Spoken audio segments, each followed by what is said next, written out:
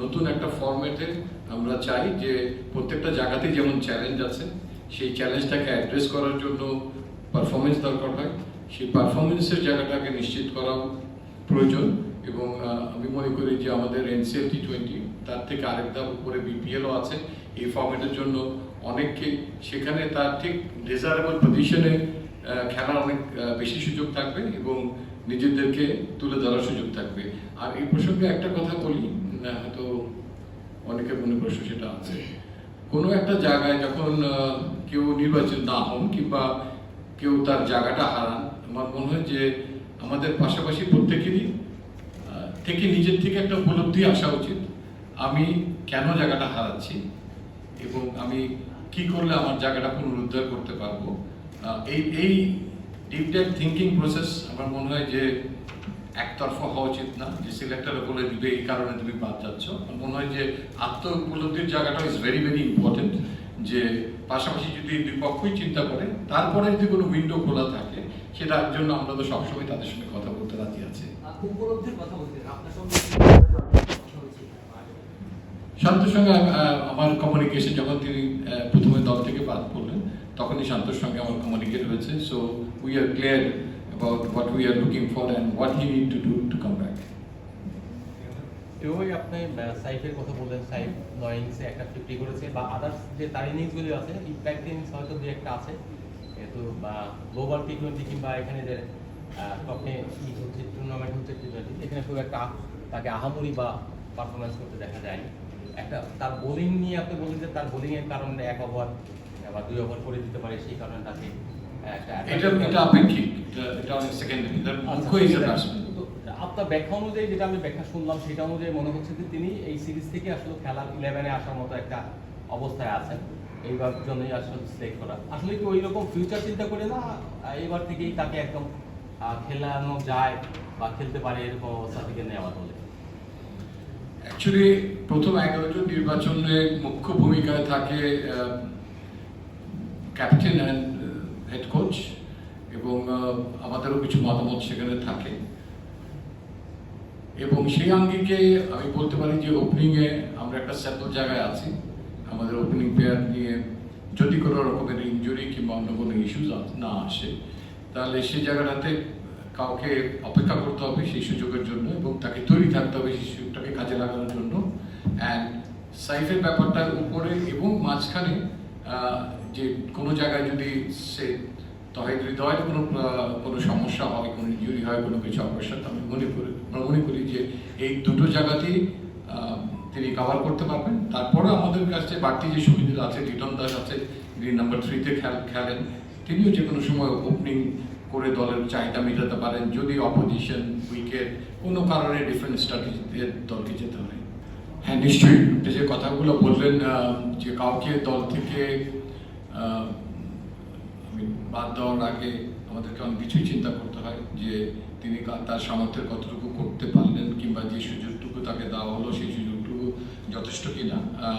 আমাদের কাছে মনে হয়েছে যে Naim Sheikh really work hard, তিনি যে প্রতিশ্রুতিটা দেখিয়েছিলেন আমরা অনেক আশাবাদী ছিলাম যে তিনি তার পজিশনটাকে গ্র্যাব করতে পারবেন, সেটা তার জন্য এবং দলের জন্য খুবই ভালো হতো। বাট আনফর্চুনেটলি সেটা হয়নি, এবং আরেকটু লোয়ার চ্যালেঞ্জে আমরা দেখলাম টপ এন্ড ক্রিকেটে T20-তে, সেখানেও তিনি ঠিক সেটাকে অ্যাড্রেস করতে পারলেন না। তো আমার বিশ্বাস যে নাঈম শেখ এখন জানে যে তাকে এই জায়গাটা পুনরুদ্ধার করতে হলে, ইন্টারন্যাশনাল চ্যালেঞ্জে তাকে সফল হতে হলে, দলকে সফল বানাতে হলে তাকে আরও ফার্দার ইমপ্রুভ করতে হবে। এবং ইমপ্রুভ করার জন্য ক্রিকেটের বোর্ডের তরফ থেকে কিংবা কোচিং প্যানেলদের তরফ থেকে, আমি টাইগার্স প্যানেল যা যা সহযোগিতা করার দরকার, আমরা সেই সহযোগিতাটা অবশ্যই তাকে অব্যাহত রাখবো। তো দুটো কোশ্চেন, আমি শেষের দিক থেকে শুরু করি, যে অ্যাকচুয়ালি আমরা আলোচনা করার সময় আমাদের হাতে সম্পর্ক, যেমন ম্যান অফ দ্য ম্যাচ নির্বাচনের সময় কয়েকজনের নাম আসে, তারপরে চূড়ান্তভাবে যেমন ম্যান অফ দ্য ম্যাচ নির্বাচিত হয়, আমরা অনেকের নামই আলোচনায় আসি, এবং সেখানে বেবি উইলোর যেমন আসে, ম্যাচুর উইলো আসে। So I think baby willow in course of time turn out to be a mature willow. আমি ক্রিকেট প্লেয়ারের কথা আমি বলছি। সো সবার দিকেই নজরে থাকে, যখন কোনো বিভিন্ন পর্যায়ে থাকে ভালো, আমরা সেদিকে সেইভাবেই আমরা জিসারের দিকে নজর রাখছি। I think he need to take little bit of time to be matured and get ready for international cricket. আমরা কাউকে খুব ইজি এক্সেসও দিতে চাচ্ছি না, যাতে তাকে খুব তাড়াতাড়ি আবার বিদায় করতে হয়। আমরা চাই যে এই ধারাটা থেকে আমাদের ক্রিকেটাররা বেরিয়ে আসুক এবং তারা এই ঘরোয়া লেভেল থেকে কিংবা এই টিমের হয়ে খেলে পর্যায়ক্রমে তারা প্রস্তুত থাকুক যে তারা ইন্টারন্যাশনাল ক্রিকেটে শিক্ষাকে ট্রান্সফরমেশনটা যেন ভালো হয়।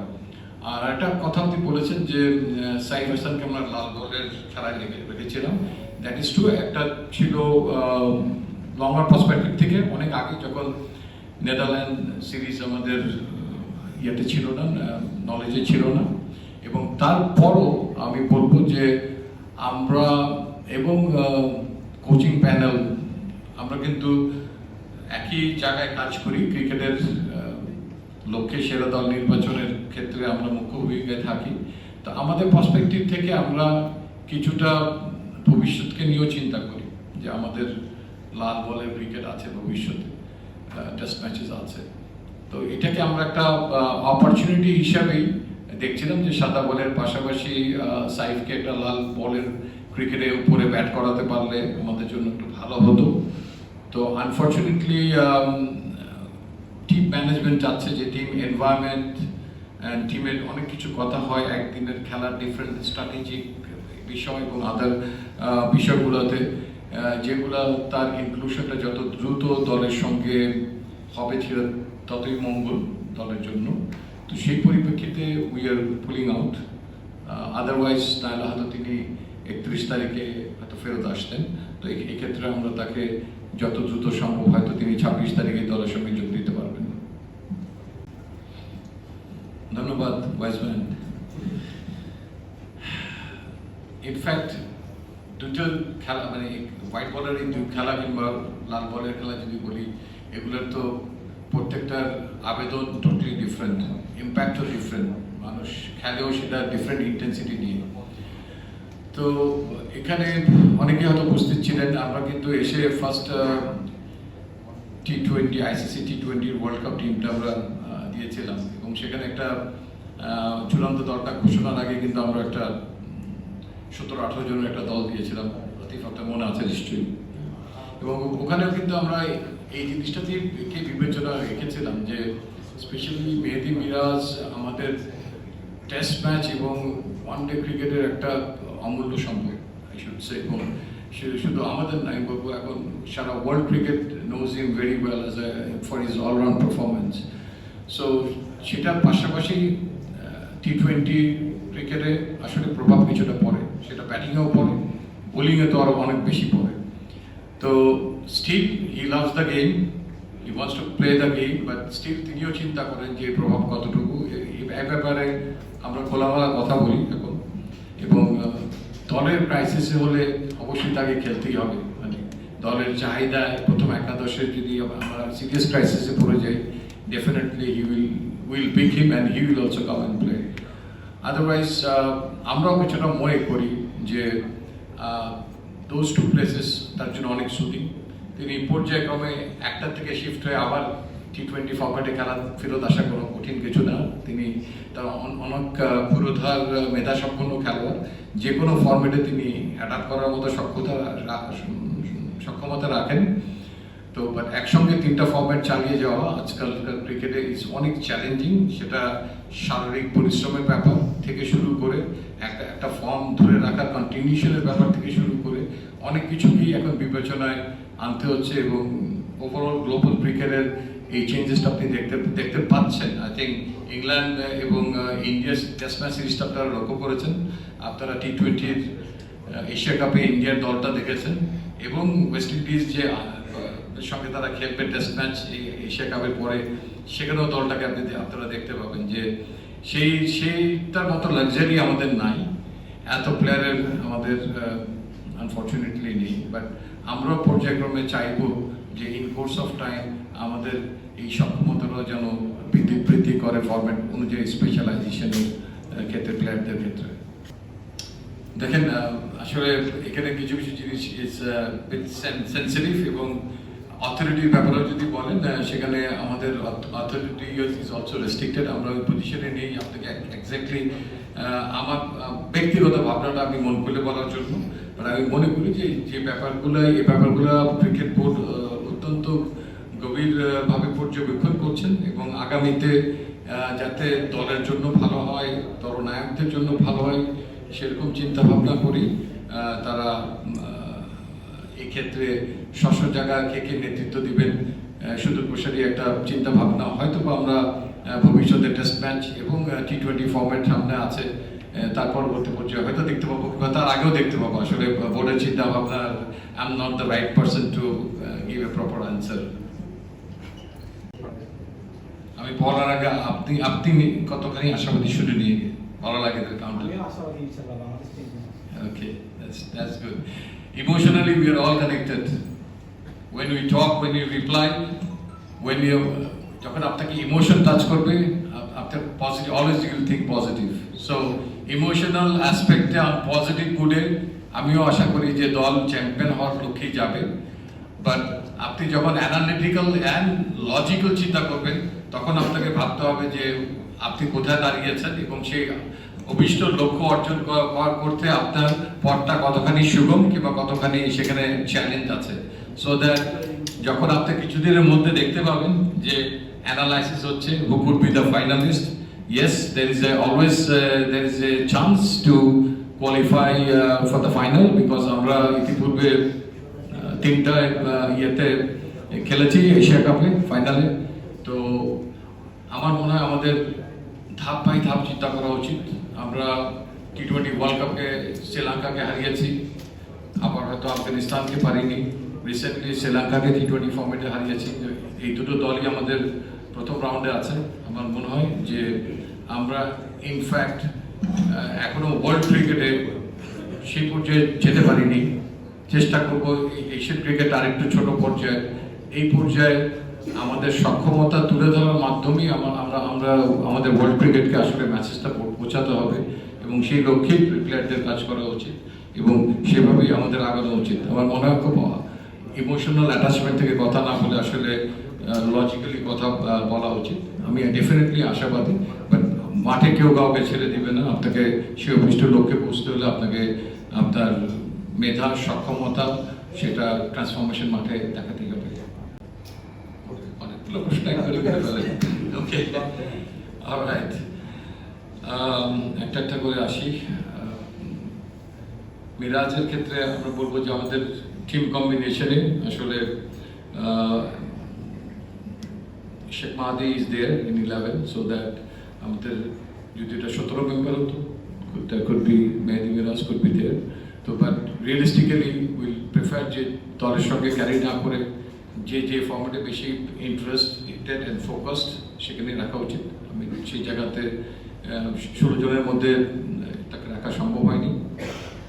সভ্য সরকার আমাদের 25 জনের মধ্যে আছেন, বাট আনফর্চুনেটলি তাকে আমরা 16 জনে রাখতে পারিনি। এটার আসলে বিশদভাবে ব্যাখ্যা দেওয়া ঠিক না, জাস্ট আমি আপনাকে একটা ক্লু দিতে পারি যে তার অভিষেক হয়েছিল 2015-তে। সো যখন it is expected যে he should retain his place as number 1 and 2 as opening options। সেখান থেকে যখন আস্তে আস্তে যে নাম না বলি আরেকজন বাহাতি খেলোয়াড় একাদশে জায়গা করে নিল, then another left hand and that young batsman has confirmed his place, so that এখন সৌম্য সরকার is an option for a third opener after being 89 matches, playing cricket for around 10 years. So I think he also knows that what he need to do to come back into the team, and তিনি আমাদের greater ক্যানভাসে আছেন, তার অভিজ্ঞতাটাকে আমরা ফেলে দিতে পারি না। তার সক্ষমতা যেটা আছে তাকে আরেকটু গুরুদার করতে হবে, and he knows how he should come back. I mean টিমের কোচ এবং সবাই আছেন তাকে সহযোগিতা করার জন্য। আর আরেকটা আপনি বলছিলেন যে এশিয়া কাপের বাইরে সোহান এবং সোহান এবং সাইফের নিয়ে আরো সুযোগটা পাবে কিনা, মানে একটু বেশি সুযোগ পাবে কিনা ওয়ার্ল্ড কাপে? আচ্ছা, এখানে আপনি দেখেন আমরা কিন্তু একটা 25 মেম্বারের যে একটা টিম করেছি দল এশিয়া কাপকে ঘিরে, এটার মধ্যে কিছু পরিকল্পনা আছে। এটার বাইরে হয়তো খুব বেশি বড় আকারে আমাদের যাওয়ার সুযোগ নেই।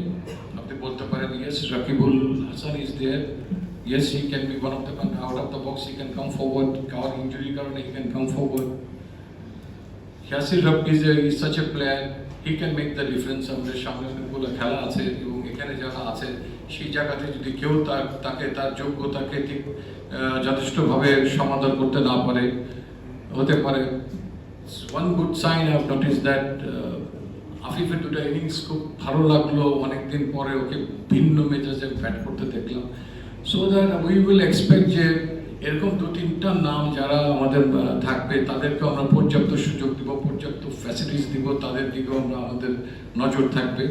তবে এর বাইরে খুব বেশি একটা বোধহয় আমরা যাব না, আমরা এর মধ্যেই হয়তো সীমাবদ্ধ থাকবো। But there is no full stop I should say.